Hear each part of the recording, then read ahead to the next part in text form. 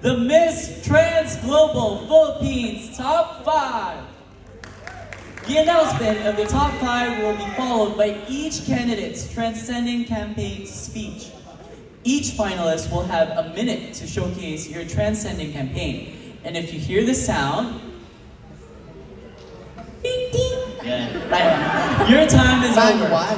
9-1. This will be part of your overall score in becoming the Miss Transglobal Philippines 2022.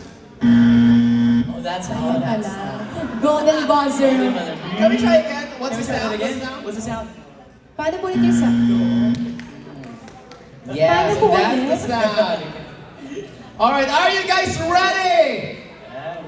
Novotel, make some noise for your top 5. Again, we will be announcing the Miss Transglobal Philippines 2022 Top 5 Finalists. Are you guys ready? Novotel, handa na ba kayo? Kung handa na kayo, sabay-sabay! Ayan! Ang taas ng energy ng mga taga-Novotel. I like the energy. In no particular order. For our first spot in the top 5, you can now relax and showcase your Transcending campaign. Miss Davao!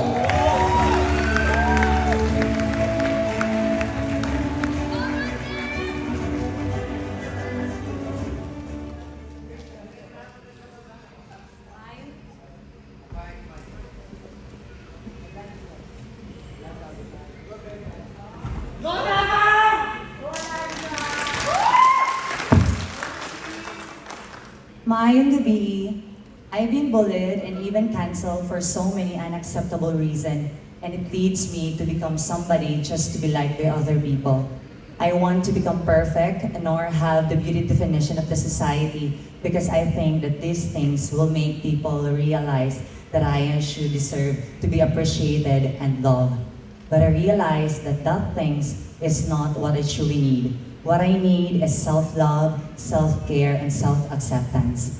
Now, I am being more empowered to do the things that I truly want, including pushing my advocacy, which is Stop Bullying campaign, and SOGI education. So regardless of what people say, I will promote my cause. Remember, the world will always judge you no matter what. So please live your life the way you want. Daghang salamat. Thank you so much, Miss Davao. You have secured your spot. Now moving on to our next spot. Your dream to become the next Miss Transglobal Philippines is still possible. Drum roll, please. Our second spot goes to Naga.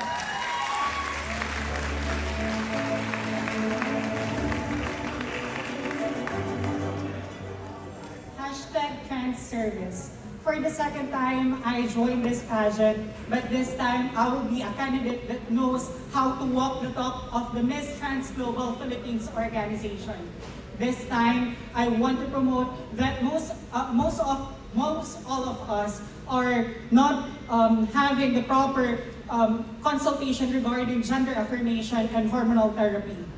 So this time, I came up in my mind that I want to promote a web-based platform in order for us to promote those companies who wants to hire LGBTQIA+ organization, particularly the trans community. Because unemployment seems to be the cause on why we can't afford a proper consultation regarding gender affirmation and hormonal therapy. Also, I want to promote the Miss Transglobal organization by means of having a Filipina Trans organization to have a national organization to promote the LGBTQIA+ rights and the trans rights. Thank you so much. Thank you, Miss Naga. Our third candidate who will join our top 5 is...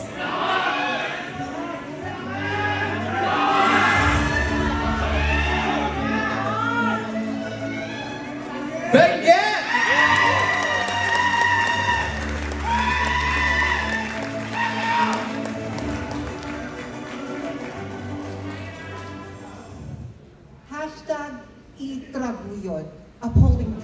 starts for visibility, education, and awareness. My campaign will have three main objectives. Number one is to alleviate healthcare barriers for transgender people through information drive, specifically focusing on trans health and to provide basic healthcare needs to them. Number two, to empower trans people to have a stronger voice in talking about sexual orientation, gender identity, gender expression, and sex characteristics through information drive. And number three, it is for us to create a material and a platform where we can then use to talk about these issues, trans rights and trans health, on social media. I just can't wait to work with Transcend by Love Yourself in making this happen. We can work with different organizations, LGUs, communities, and schools to slowly integrate this campaign and make e-Trabuyan happen. The fight for trans will continue, and we can win.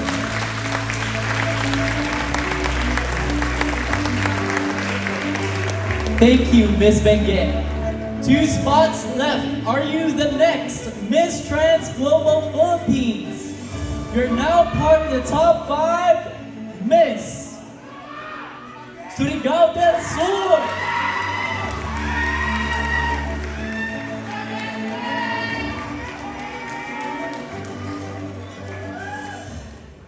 As a member of the LGBTQ community who suffered discrimination, judgment, and criticism, I am standing here in front of you to fight my own rights, that my gender identity is not a barrier to bring off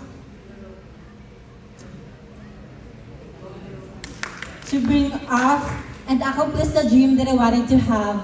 I became a licensed professional teacher, not because of the arrogance and inferiority within me, but because of the will and determination to promote inclusive education for the trans community. I believe that this platform could be a greatest bridge for us to be able to fight our rights, that the transgender community have a place in our world. Thank you so much. Thank you so much, Miss Surigao del Sur. Number 10, only one spot remains, and you are still in the running to become our Miss Transglobal 2022. The last spot goes to, drum roll please. Our last spot to become Miss Transglobal Philippines 2022 is, congratulations, Cebu Province!